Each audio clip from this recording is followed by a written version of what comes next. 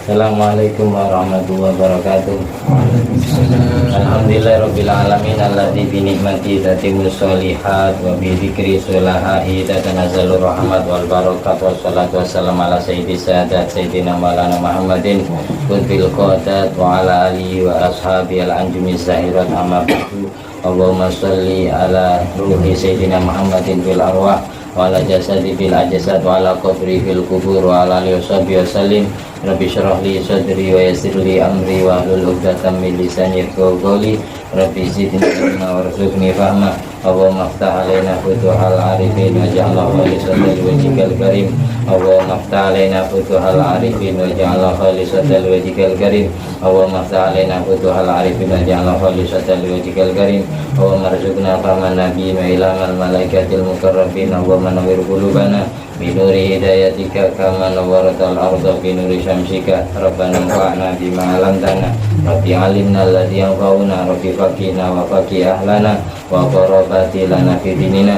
Allahumma sholli ala sayyidina Muhammadin tibbil qulub wa dawaiha wa afiyatil abdan wa shifaiha wa nuril absar wa diyaiha wa qutil arwah wa widaiha wa ala alihi wasallim. Allahumma sholli ala sayyidina Muhammadin wa ala ali sayyidina Muhammad madanil judi wal karam mambail ilmi wal hilmi wal hikam wa barik wa sallim. Alhamdulillah, di malam hari ini insyaallah Al-Fakir akan membacakan tentang spesial bulan Dzulhijjah, ilmu yang berkaitan dengan pelaksanaan kurban, mulai dari waktunya, terus definisinya, kriterianya seperti apa, hewan-hewan apa saja yang sah disembelih pada saat kurban, ketentuannya seperti apa, terus kesunatan-kesunatan yang dilakukan oleh penyembelih kurban ataupun yang berkurban. Itu nanti insya Allah kita bahas.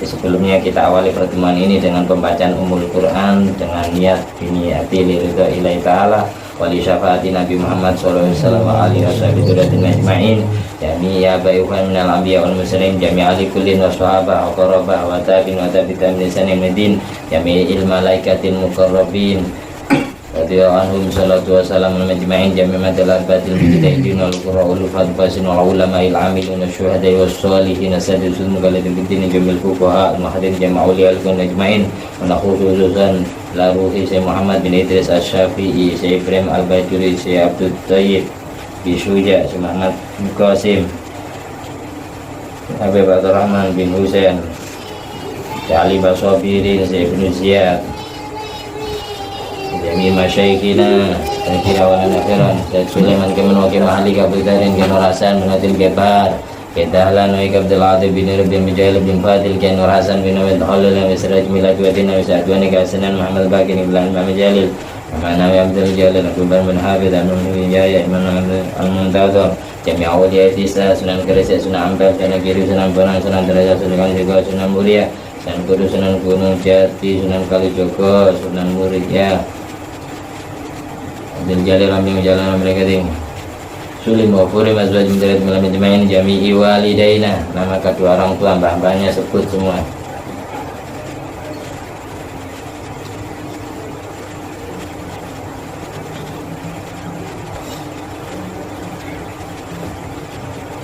Jami abaina wa umatina masyayikhina wa azwajina wa dzurriyyatina wa ladina wa talamidina wa ra'yatina wa asdiqaina wa qarabatina wa jiwarina wa ikhwan bidin wa ahlina wa damina min ummati Muhammadin sallallahu alaihi wasallam wa jamil muslimin wal muslimat wal mu'minin wal mu'minat aina makan musyarikal ardi lama gharibiyah al ahya minhum al amwat maghfirhum warhamhum ma'afi ma'fu anhum syai'ul lana wa lahumul fatihah. A'udzubillahi minasyaitonir rajim. Bismillahirrahmanirrahim. Alhamdulillahirabbil alamin arrahmanir rahim maliki yaumiddin iyyaka na'budu wa iyyaka nasta'in ihdinas siratal mustaqim siratal ladzina an'amta 'alaihim ghairil maghdubi 'alaihim waladdallin amin. A'udzubillahi minasyaitonir rajim. Bismillahirrahmanirrahim.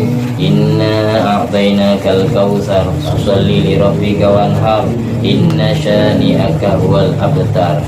Berawal dari perintah Allah dalam surat Al-Kautsar yang berbunyi fasholli, sholatlah Idul Adha, lebaran Idul Adha, wanhar dan sembelihlah kurban. Sejarah kurban sebelum-sebelumnya sudah saya terangkan, berawal dari sejarah manusia pertama sebagaimana yang dikutip dalam surat Al-Maidah, watlu alaihim naba'a bani adam idh qarraba qurbanan fatuqbila min ahadihima wa lam yutaqabbal minal akhar. Manusia yang berkurban pertama kali adalah Habil bin Nabi Adam dan Qabil bin Nabi Adam. Gara-gara rebutan wanita, rebutan istri, siapa yang kurbannya diterima oleh Allah, itu kelak dialah yang berhak mendapatkan ikrimah yang cantik rupawan. Akhirnya yang diterima oleh Allah kurbannya Habil. Tanda-tanda diterimanya akan datang narun baidho, api putih yang datangnya dari langit, menyambar salah satu dari kurbannya Habil dan Qabil. Qabil mengeluarkan kurban berupa tanaman biji gandum yang jelek, sedang Habil mengeluarkan kurban berupa domba. Akhirnya dombanya Habil dibawa api itu, dibawa ke surga. Lalu Allah turunkan lagi ke bumi di saat Nabi Ibrahim alaihissalam menyembelih putranya. Wafi riwayatin yang disembelih adalah Nabi Ismail, menurut riwayat lain adalah Nabi Ishak, karena keduanya sama-sama putra Nabi Ibrahim. Ya gitu. Dalam ayat falamma aslama wa tallau lil jabin fanadainahu ayya Ibrahim qad saddaqta ru'ya wa fadainahu bi dhibhin 'azim innahu lawal bala'ul mubin. Al-ayah dalam surat Was-Saffat ya. Dijelaskan bahwasanya pada saat Nabi Ibrahim menggoreskan pedang, alat pisau untuk menyembelih putranya, bisa digoreskan tidak cerdas, tidak mempan, sampai diasah 3 kali masih belum cerdas, diasah lagi, dicoba tidak cerdas, tidak mempan, digores. Jadi bukan sebelum disembelih, tapi sudah disembelih, digores-gores tidak mempan. Ketika Nabi Ismail atau Nabi Ishak dimiringkan, digulingkan menghadap ke arah kiblat, tepatnya di kota Mina di Saudi Arabia. Pada saat itu Allah memanggil Nabi Ibrahim, wahai Ibrahim, mimpimu benar, memang saya memerintahmu agar menyembelih anak, tapi anakmu aku tebus dengan domba yang mulia yang datangnya dari surga. Domba apa yang dimaksud? Yaitu dombanya Habil yang ribuan tahun yang lalu diangkat ke surga, diangkat ke langit, diturunkan lagi ke bumi oleh Allah di saat Nabi Ibrahim menyembelih anaknya. Jadi orang kurban pertama kali itu domba, bukan sapi, bukan onta, tapi domba. Jadi jangan gengsi ketika kita hanya sanggup menyembelih kurban berupa domba, kayak gitu. Jadi kurban itu kalau ditulis bahasa Arab qaf ra ba alif nun, sebagaimana bahasa Al-Qur'an kurban. Bukan bahasa Indonesia kurban, tapi bahasa Al-Qur'an. Kurban itu apa? Segala sesuatu yang dipersembahkan oleh Allah untuk niatan takorruban ilallah, mendekatkan diri kepada Allah. Dulu syariatnya Nabi Adam, orang kurban itu bebas, tidak harus binatang, bisa tanaman, bisa harta benda, bisa domba, bisa sapi, bisa unta. Tapi kemudian datang syariat Nabi Ibrahim, karena yang dikurbankan pertama kali itu anak, kemudian ditebus dengan binatang yang berupa domba, akhirnya diteruskan syariatnya Nabi kita terus pakai binatang. Dalam ayat lain Allah berfirman, wa an auhayna ilaika nittabi millata Ibrahim hanifa. Aku menyuruhmu Muhammad agar engkau meneruskan agama leluhurmu, datukmu, yaitu Nabi Ibrahim. Karena Nabi Ibrahim menyembelih domba, binatang, akhirnya syariat kita kurban itu pakai binatang, bukan harta, bukan tanaman. Nah, sama kayak syariatnya Nabi Adam. Jadi di sini bahasa Arabnya kurban, hewan kurban itu bahasa Arabnya udhiyah. Apa udhiyah?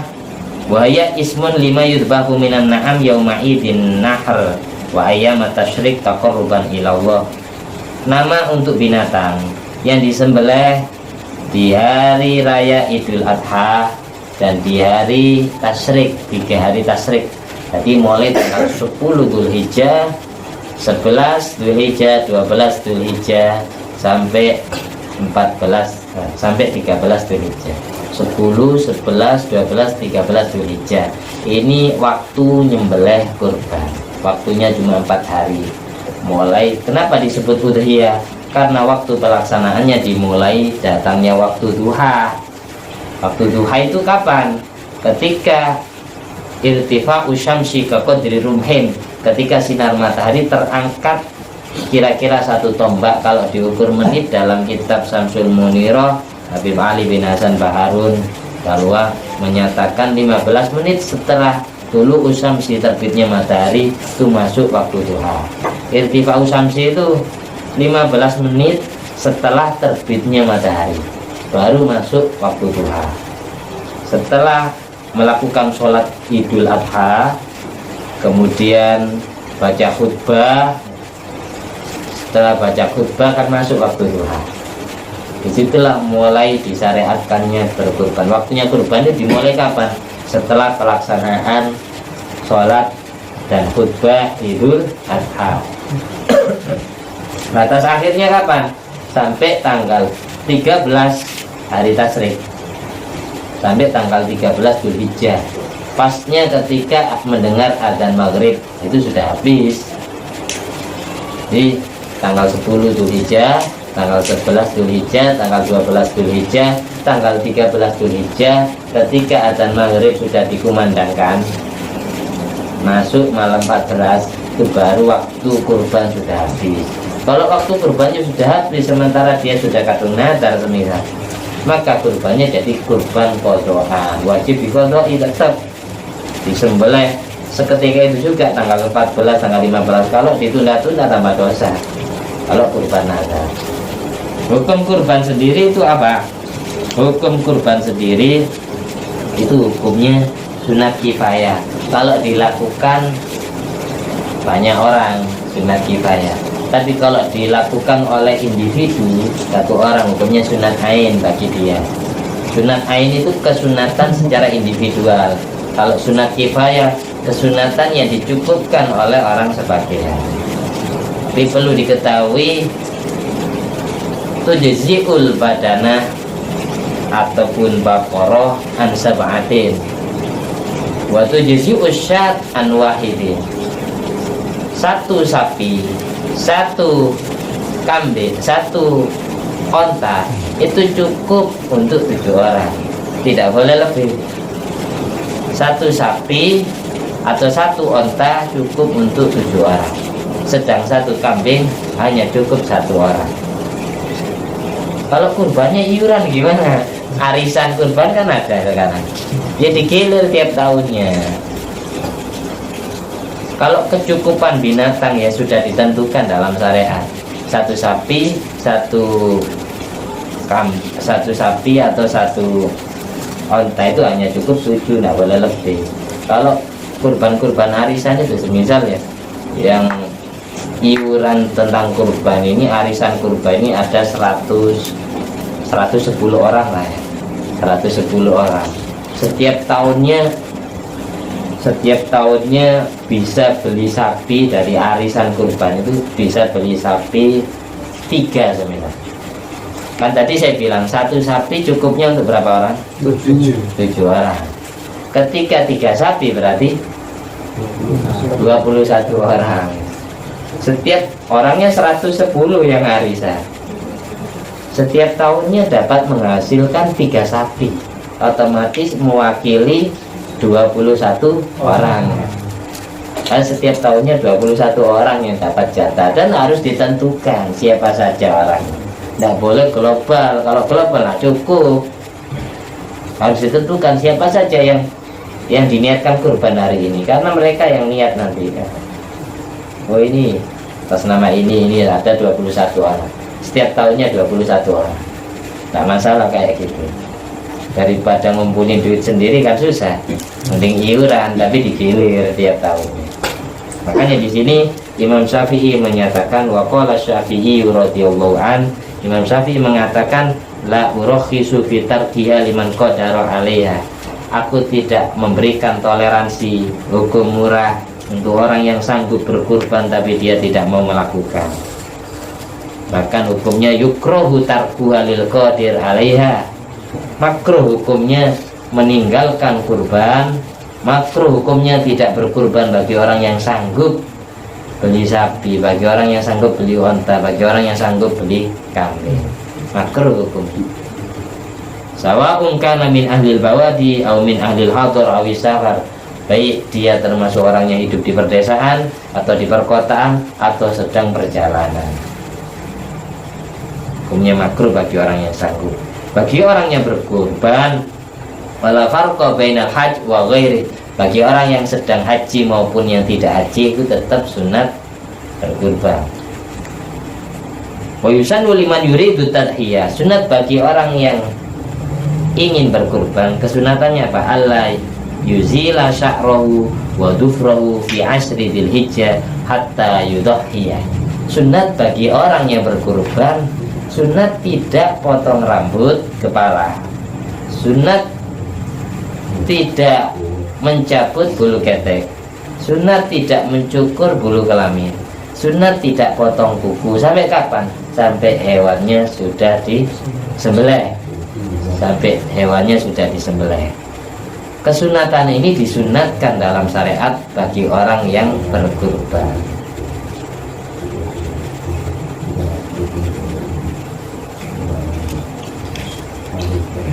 Wal makna fi, apa hikmahnya kok tidak boleh menghilangkan? Sumulul maghfirah wal idku minan nar di jami'i dzalik. Tujuan tidak potong rambut, tidak potong kuku bagi orang yang berkurban sampai selesai pelaksanaan menyembelih binatang. Itu tujuannya, hikmahnya apa? Agar ampunan Allah merata kepada seluruh anggota tubuhnya, dan seluruh anggota tubuhnya dijauhkan, dimerdekakan dari api neraka. Itu hikmahnya. Bagi orang yang berkurban, sunatnya tidak potong kuku, sunatnya tidak potong rambut, tidak nyabut bulu ketek, tidak menghilangkan bulu kelaminnya sampai selesai pelaksanaan kurban. Sunat tidak potong, ya, bukan sunat potong. Beda dengan kesunatan tidak potong rambut, tidak potong kuku. Ini kapan? Di Ashri Dzulhijjah, pada tanggal 10 Dzulhijjah. Ini kan bertentangan dengan kesunatan pelaksanaan sholat. Bagi orang yang sholat Idul Adha itu sunat potong kuku, sunat kan itu.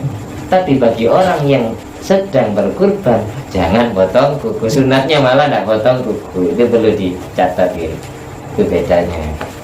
Kesunatan potong kuku itu sunat bagi orang yang tidak berkurban.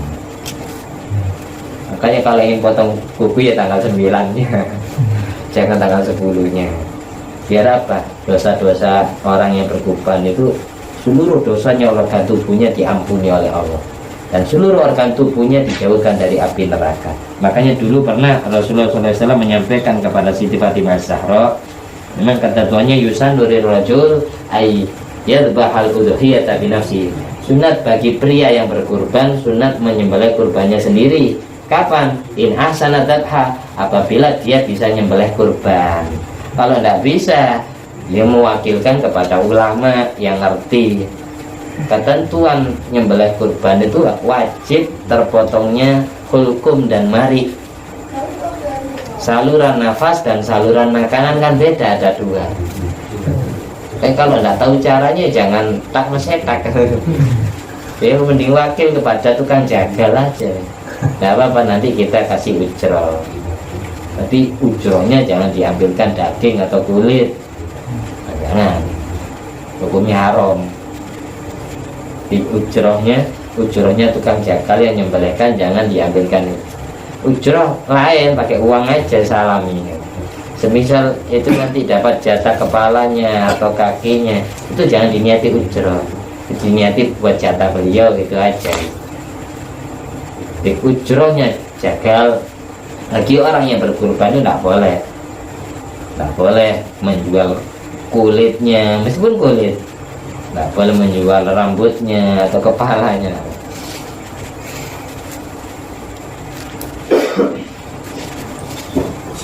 Tapi harus terpotong semua dua.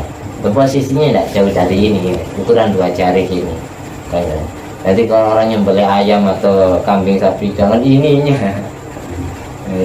Ini sih tidak jauh dari kepala, jauh dari situ.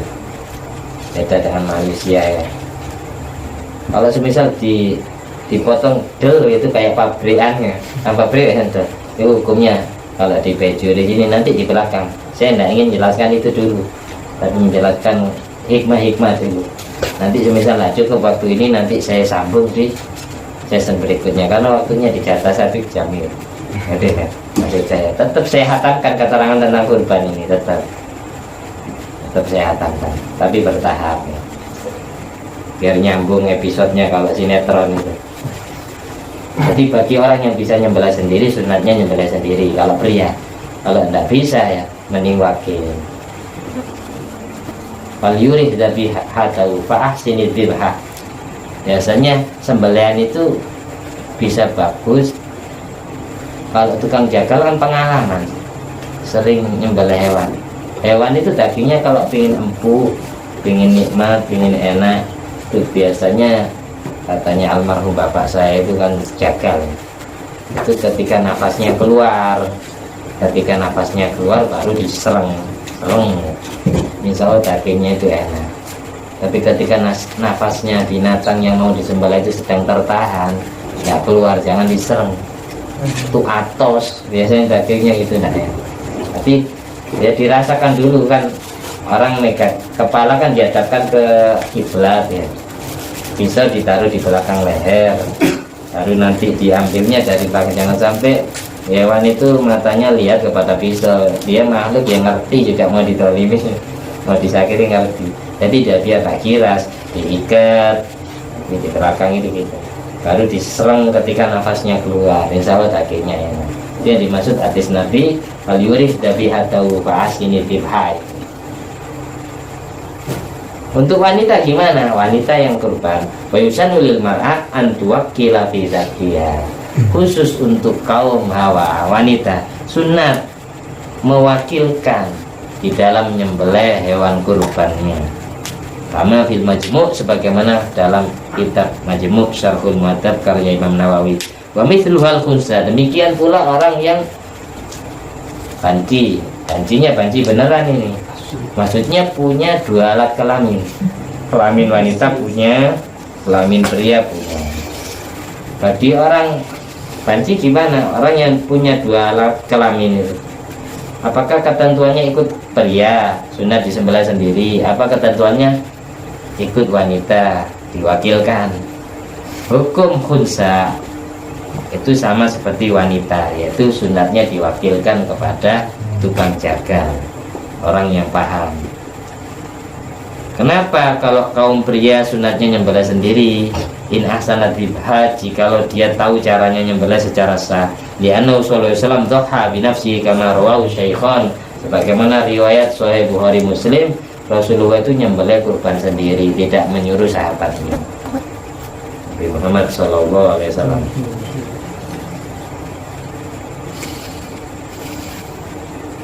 Wa kadza man lam yuhsini dzibha. Begitu juga hukumnya sama kayak wanita, sunat diwakilkan kepada tukang jagal, yaitu orang-orang yang tidak tahu cara menyembelih kurban dengan baik. Malam yuhsini dzibha. Bagi orang yang tidak tahu caranya nyembelih, sunatnya diwakilkan.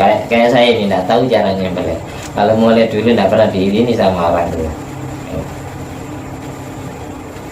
Wa yusannu liman wakkala fi dzabhiha ay yashhada. Di kitab Habib Zain bin Semit itu ada 3 hal yang kalau tidak praktek langsung tidak akan tahu caranya. Ada 3 hal yang kalau tidak praktek langsung, meskipun dia alim, ilmunya tahu, sudah mempelajari ilmunya, tapi kalau tidak praktek itu tidak bisa dikerjakan sendiri tanpa ada yang menggurui.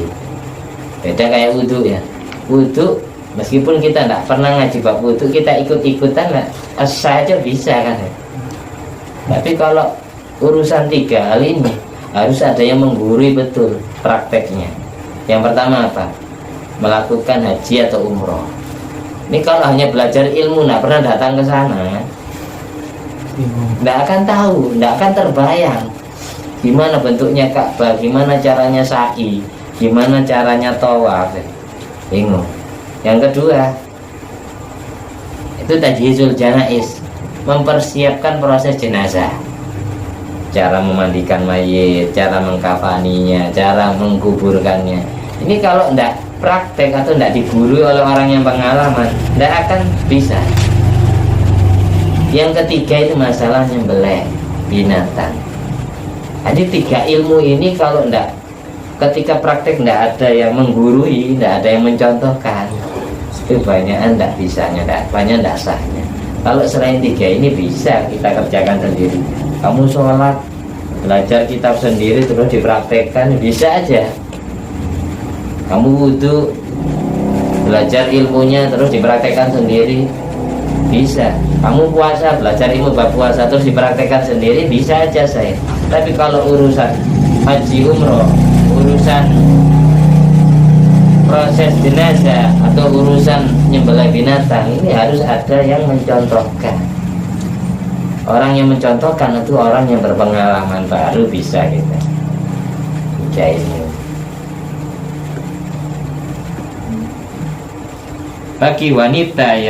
Bagi wanita atau orang yang tidak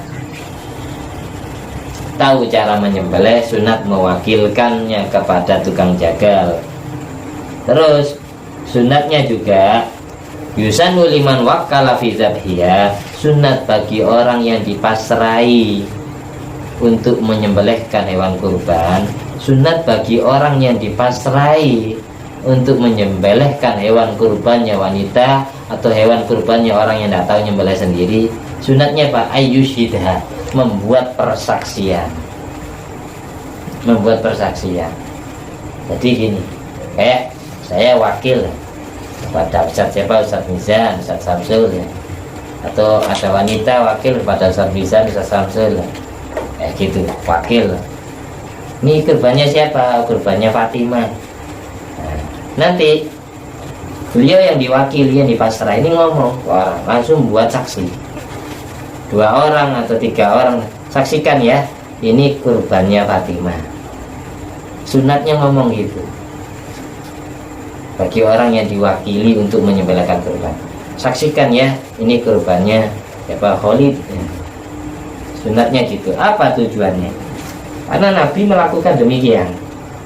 Li'annahu sallallahu alaihi wasallam qala li Fatimah radhiyallahu anha qumi ila udhiyatiki fa ashhidiha. Wahai Fatimah, berdirilah engkau di binatang kurbanmu, buatlah saksi, buatlah saksi. Kamu harus mendatangkan saksi kalau ini kurbannya kamu. Tujuannya apa? Bi'annahu fa'innahu bi awali qatrati min dambiya yufar laki ma salafa min dunubi, rawahul Hakim. Karena semua darah yang pertama kali netes dan seterusnya, semua darahnya binatang kurbanmu yang netes itu sesuai hitungan darah yang menetes, itu dosa-dosamu juga netes. Maksud dosa-dosamu diampuni oleh Allah sesuai hitungan darah yang dialirkan oleh tukang jagal. Darah itu akan menyaksikan dirimu lah yang berkurban, otomatis memohonkan ampun kepada Allah untuk yang berkurban. Kelak semua binatang yang dikurbankan itu akan jadi kendaraannya sendiri ketika bangkit dari alam kubur. Hukumnya uluhiyah kurban tadi, hukumnya kalau pribadi sunat ain, kalau bareng-bareng namanya sunat kifayah. Jadi baida ata biya wahidun min ahli baitin kafa'an jami'i, ketika hukumnya bareng-bareng, ketika yang satu niat maka mencukupkan yang lain. Kayak 7 orang yang niat di satu, maka yang lain cukup, kayak gitu. Ini kurbannya siapa? Bapak saya, ibu saya, semisal istri saya, anak saya, namanya dicatat semua 7 orang dan saya. Itu cukup. Wala tajibul udhiyah illa binadar. Kurban hukumnya tidak wajib kecuali sebab dinadarkan. Saya ulangi lagi, kurban hukumnya tidak wajib kecuali sebab dinadarkan. Ini banyak terjadi di kalangan masyarakat kita. Seperti contohnya gini, nilai alih-an udhuhiyya bihadihi, saya punya kewajiban kepada Allah untuk mengkurbankan binatang ini. Sebelum datang tanggal 10 Dzulhijjah, 11 Dzulhijjah, 12 Dzulhijjah, 13 Dzulhijjah sudah ngomong gitu. Gini. Nah, ini kan tanggal berapa ini? Tanggal 3 Dzulhijjah. Sudah ngomong. Hewan sudah dibeli. Ini buat apa hewan ini? Aman beli hewan ini. Saya punya kewajiban kepada Allah untuk mengkurbankan binatang ini. Maka omongan seperti ini jadi kurban nazar. Kalau kurban nazar hukumnya wajib. Kalau sudah wajib, haram bagi yang berkurban menikmati secuil pun dari dagingnya. Haram. Wajib disedekahkan kepada orang semua. Boleh. Contohnya yang kedua, contohnya gini. Ja'altu hadhi udhiyatan wal ja'lu bimanzilatin nazar. Aku jadikan binatang ini jadi kurban. Ngomong kayak gitu sebelum datang waktunya kurban, itu sudah jadi nazar. Paham ya? Hati-hati. Banyak orang yang menyepelekan hal ini. Bal mata qala hadhi udhiyatun syarat wajibatan. Ketika ada omongan dari yang punya, binatang ini binatang kurban, itu otomatis jadi kurban wajib. Ngomong kayak gini belum datang 10 Dzulhijjah, sebelum datang lebaran kurban. Wa in jahila dzalik, meskipun dia tidak tahu hukumnya kalau itu sudah jadi kurban nazar, kurban wajib, tetap haram orangnya menikmati. Haram, wajib diberikan kepada semuanya. Fa ma yaqa'u minal awam inda su'alihim amma yuridu natadhiyata bihi. Hal yang terjadi di masyarakat awam yang bodoh tentang ilmu, ketika mereka ditanyai tentang hewan yang ingin dia kurbankan, seperti dia ditanyai, ini hewan ini buat apa sampean? Dia jawab, hadhi udhiyatun, ini hewan kurban. Tasyiru bihi wajibatan. Dengan ucapan demikian otomatis binatangnya jadi binatang wajib disembelih, wajib dikurbankan. Kalau sudah jadi kurban wajib, wa yahrumu alaihim al-aklu minha, yang berkurban haram memakannya. Wa la yuqbalu qawluhum aradna tatawwu abiyah, tidak diterima ucapannya, saya niatnya niat sunat, kurban sunat. Nah, diterima ucapannya kayak gitu karena omongannya sudah mengisyaratkan kalau dia nadar. Paham ya? Khilafan di bab ini. Wa qala Syabromalisi, tapi menurut Imam Syabromalisi, layak ightibaru dzalik lil awam, masalah demikian itu ya dimaafkan bagi orang awam. Katanya Imam Syabromalisi bahwa gharib, lakin do'afau masyayikhuna, tapi pendapat Syekh Ali Syabromalisi dianggap lemah oleh guru-guru kita, Masyaikh mazhab Syafi'i. Jadi solusinya gimana supaya selamat dari kurban nazar? Kalau jawab al-mukhlis min dzalik, cara jawabnya kalau ditanyai orang biar selamat dari kurban nazar, biar kurbannya tetap jadi kurban sunnah, cara jawabnya gimana? Ayyaqulal mas'ul, orang yang ditanyai tentang hewan, dia berkata, dia jawabnya, nuridu an nazbahaha yaumal id, aku punya keinginan untuk menyembelih hewan ini di hari raya. Itu aja. Ini ucapan paling selamat. Ketika dia ngomong nurid ayyadbahaha yaumal id, aku punya keinginan menyembelih hewan ini di hari raya. Gitu aja. Jadi jangan ngomong aku punya keinginan menyembelih hewan ini di hari raya kurban. Jangan. Akhirnya jadi kurban wajib. Jadi ketika ditanyai, ini hewan apa sampean? Untuk apa sampean beli hewan? Saya punya keinginan ingin menyembelih hewan ini di hari lebaran nanti. Itu aja cukup. Jadi kurbannya tetap kurban sunat. Kalau sudah kurban sunat, gimana kalau kurban sunat?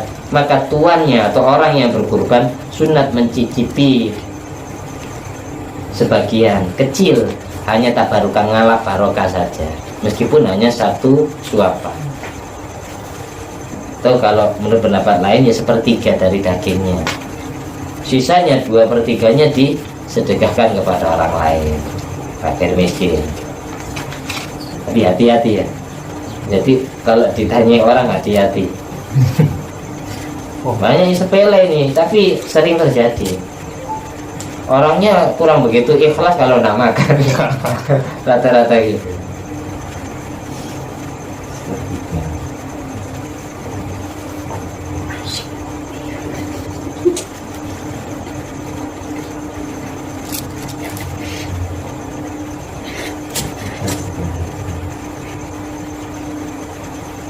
Terus masalah binatang ya, hewan yang disembelih ini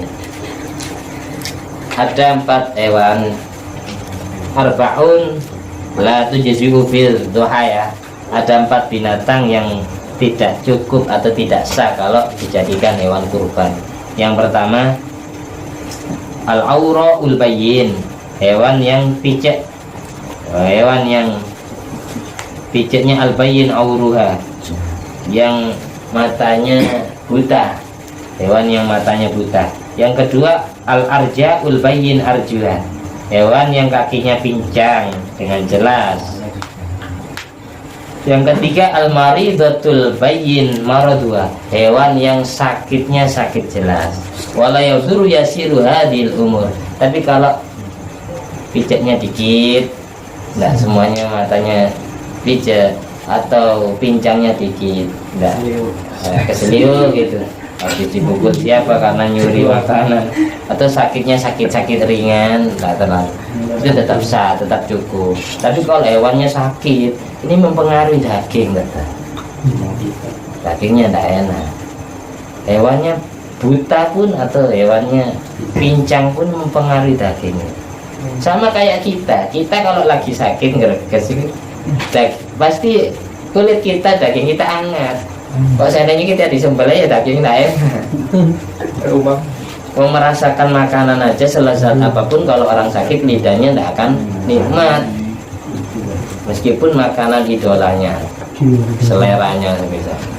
Yang keempat, hewan yang tidak cukup dibuat kurban al-ajfa allati dhahaba mukhuha minal huzal, hewan yang hilang otaknya karena saking kurusnya, dari saking kerempengnya. Itu tidak sah dijadikan kurban. Kalau di kitab Buyatul Kitab Ismidul Ain, di sini dijelaskan la yajuzu tadhiyah bihamilin, hewan yang lagi hamil, yang lagi ngandung tidak sah dijadikan kurban. Alal mu'tamad, menurut pendapat mu'tamad, bi annal hamla yang kusulahmaha, karena hewan yang mengandung itu dapat mengurangi dagingnya. Wa ziyadatul lahm bil janin, tambahannya daging dengan janin yang dikandung, la tajbaru aiban, tidak bisa menempel kekurangan induknya atau orang tuanya. Bisa. Jadi hukumnya hewan hamil sama kayak ka'arja samina, seperti hewan pincang tapi gemuk. Meskipun gemuk tapi pincang, ya dagingnya tidak enak. Kelezatan dagingnya, kualitas dagingnya tidak lezat. Kalau gini, wayu jizi'u qaribatu ahdin bil wiladah kama fit tuhfah, sebagaimana di dalam kitab Tuhfatul Muhtaj karya Syekh Ibnu Hajar Al-Haytami dijelaskan, hewan hamil tapi dekat masa kelahirannya, hampir melahirkan, itu cukup dibuat kurban.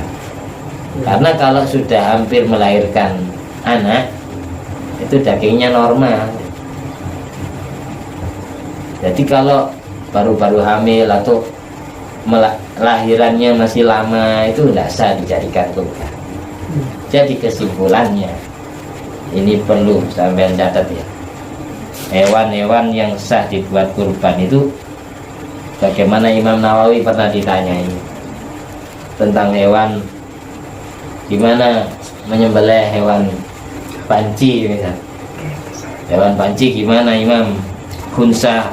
Kalau ada sapi punya 2 alat kelamin gimana? La dzakarallaha wala faraja. Ada sapi enggak punya penis, enggak punya vagina ini.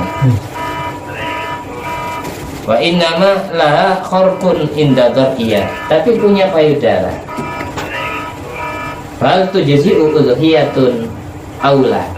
Apakah cukup hewan yang tidak punya kelamin sama sekali itu, atau punya dua-duanya itu, apakah cukup dibuat kurban ataukah tidak? Imam Nawawi menjawab, fakultu la takhlu imma antakuna dzakaran wa imma antakuna unsa. Baik hewan itu laki maupun perempuan, wakilahuma mujzi'un fil udhiyah, keduanya cukup dijadikan hewan kurban. Walaysa fihi ma yanqusul lahma.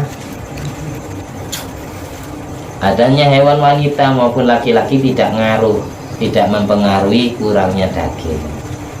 Jadi kita berkurban hewan laki maupun hewan perempuan itu sah-sah aja, yang penting tidak hamil, ngerti ya? Yang penting tidak hamil. Kalau masyarakat awam kan enggak, kalau enggak beli kambing laki kayak enak mantep itu, hati enggak seret itu. Padahal hewan wanita pun bisa dijadikan hewan kurban asalkan sesuai kriteria, sudah kuel, sudah cupak. Karena ibaratkan hewan kalau sudah kuel, keluar giginya, cupak, itu ibaratkan manusia sudah balik. Oke ya, ibaratkan manusia sudah balik. Balik itu bahasa Arabnya gigi apa? Sinun. Kalau nisbat kepada umur jadi umur. Ibaratkan gitu.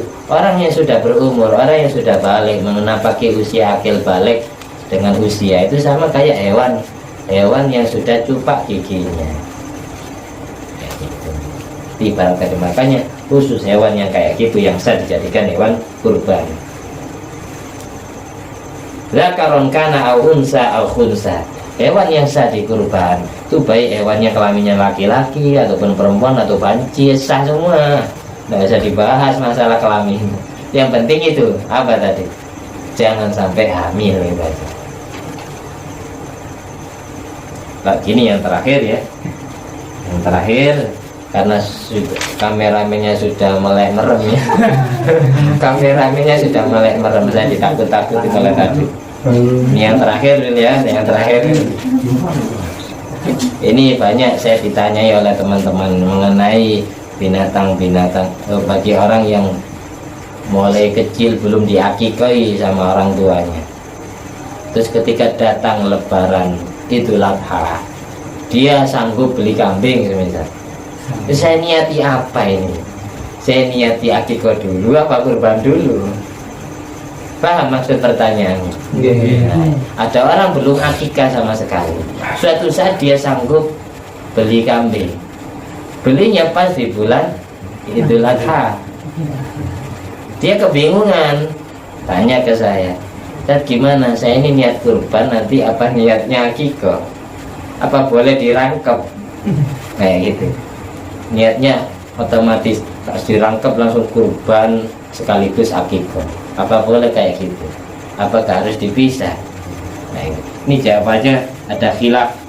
Babun fil akikah disebutkan dalam kitab Ismitul Ain karya Syekh Ali Basobirin, menjelaskan tentang khilafnya Ibnu Hajar Al-Haytami dan Syekh Muhammad Syihabuddin Ar-Ramli. Mas'alatun lau nawal haqiqata wad dhahiyata lam tahsul wairu wahidin inda Ibnu Hajar. Menurut pendapat Ibnu Hajar Al-Haytami, kalau ada orang satu hewannya, satu kambing diniati dua, diniati akikah plus kurban, jawaban Ibnu Hajar Al-Haytami, lam tahsul wairu wahid. Semuanya tidak ada yang jadi. Semuanya tidak ada yang jadi. Kurbannya tidak sah, akikahnya tidak sah. Lam tahsul wairu wahid. Ada yang berpendapat lam tahsul wairu wahid ini yang jadi hanya satu. Yang jadi yang dimaksud lam tahsul wairu wahid ini yang jadi hanya satu. tidak hasil kecuali satu. Paham ya? Kalau ingin hasil ya diniati salah satunya, jangan dua-duanya. Kalau diniati dua-duanya tidak hasil sama sekali. Paham? Jadi kata-kata ini sangat dalam ungkapan Ibnu Hajar Al-Haytami. Lam tahsul ghairu wahid, tidak hasil selain satu. Selain yang diniati satu, niatannya tidak boleh dua. Kalau diniati dua ya tidak jadi semua. Tapi menurut pendapat Imam Muhammad Romli, wa yahsulul kullu inda Muhammad Romli. Menurut Imam Muhammad Romli hasil semuanya. Kurbannya dapat, terus apa itu akikahnya juga dapat. Imam Romli ini murah, tapi Ibnu Hajar agak ketat. Tidak hasil kecuali satu. Jadi salah satunya kurban atau akikahnya. Jadi harus ditakyin, harus ditentukan milih yang mana, karena yang hasil hanya satu. Kayak gitu, paham ya? Nggak boleh dua-duanya, nggak bisa dua-duanya katanya Ibnu Hajar. Tapi kalau Imam Muhammad membeli dua-duanya hasil semua. Misalkan diniati semua, paham ya? Kalau diniati salah satunya hasil satu. Jadi Imam Romli gitu. Kalau ini yang dibahas yang jadi titik permasalahan kalau diniati dua-duanya. Kalau diniati dua-duanya, Ibnu Hajar yang hasil cuma satu. Yang mana terus? Kalau tidak ditentukan ya tidak ketemu. Nah, jadi harus dipilih salah satu itu. Tidak hasil selain satu. Tidak hasil selain satu. Selain satu. Kalau Imam Romli hasil semuanya. Jadi kalau Ibnu Hajar kalau tidak ditakyin, diglobalkan tidak hasil semua. Paham ya? Ini kata-kata lam tahsul ghairu wahid itu. Kalau tidak diniati, tidak ditakyin, tidak ditentukan, ya tidak hasil semuanya. Harus ditentukan. Karena tidak hasil kecuali satu. Maka yang satu ini diniati baru hasil. Kalau Imam Romli meskipun diniati dua-duanya hasil semua. Tapi alangkah baiknya kalau saya dikasih tahu guru-guru saya gitu, akikah ini seumur hidup, kapan saja bisa. Tapi kalau kurban 1 tahun 1 kali. Ketika kita sanggup beli binatang, bagi orang yang belum akikah sanggup beli binatangnya bulan Dzulhijjah, mending mengutamakan kurban dulu. Paham ya? Karena kalau kurban waktunya cuma 4 hari dalam 1 tahun. Kalau akikah 1 tahun waktunya, kapan saja, sebisanya, sesempatnya. Tapi kalau kurban dibatasi waktunya oleh Allah cuma 4 hari. Jadi mending mengutamakan kurbannya daripada akikahnya. Dia berdoa kepada Allah. Tapi biasanya orang yang bisa kurban itu buat loncatan bisa menggapai akikah. Tapi bedanya kurban sama akikah apa? Kalau akikah sunatnya daging disodakokan mateng. Tapi kalau kurban sunatnya disodakokan mentah. Biar yang disodakoi masak sendiri. Kenapa? Akikah menyelamati bayi. Sunatnya apa? Apa saja sunatnya gitu. Kayak kakinya disedekahkan kepada bidannya atau dukun bayinya. Nanti disodakokan matang, terus bumbunya dimaniskan. Kalau bisa sangat manis, tafaul, ngalap ketularan barokah, biar akhlaknya bayi ini lagi manis. Begitu juga selamatan manten. Ketika ada acara pengantin, selamatan walimatul urus, selamatan pengantin ini sunatnya kalau nyembelih hewannya itu sunatnya dibumbui manis biar akhlaknya pengantin wanita juga lebih manis. Dan apa yang saya sampaikan jadi ilmu manfaat dan barokah. Untuk selanjutnya kita tutup tapi buka sesi pertanyaan. Adiniat ala kunatin sholih awala kuliman wasalamu sholih bijanatul musawwasin Muhammad sallallahu alaihi wasallam li asraril fatihah. Bismillahirrahmanirrahim. Alhamdulillahirabbil alamin arrahmanir rahim maliki yaumiddin. Iyyaka na'budu wa iyyaka nasta'in ihdinas siratal mustaqim. Amin. Iya, saya lupa menyebutkan nama kitab yang saya baca tadi, kitab Hasyiatul Bajuri kitab Hasyiah Bajuri karangan Syekh Ibrahim Al-Bajuri, makamnya ada di negara Mesir, menghasyiai kitab Fathul Qorib karya Syekh Muhammad bin Qasim. Fathul Qorib mensari kitab Takrib karya Syekh Abi Suja atau Abi Thayyib. Terus tadi juga saya baca kitab Ismitul Ain, kitab Buyatul Musarsidin, Buyatul Talkhisil Murad karya Habib Abdurrahman bin Husain Al-Masyhur, dan karya Syekh Ali Basobirin, dan karya Syekh Ibnu Ziyad. Kalau ada teman-teman tanya kitab apa itu rujukannya, biar jelas. Ya, dari kami, wassalamualaikum warahmatullahi wabarakatuh.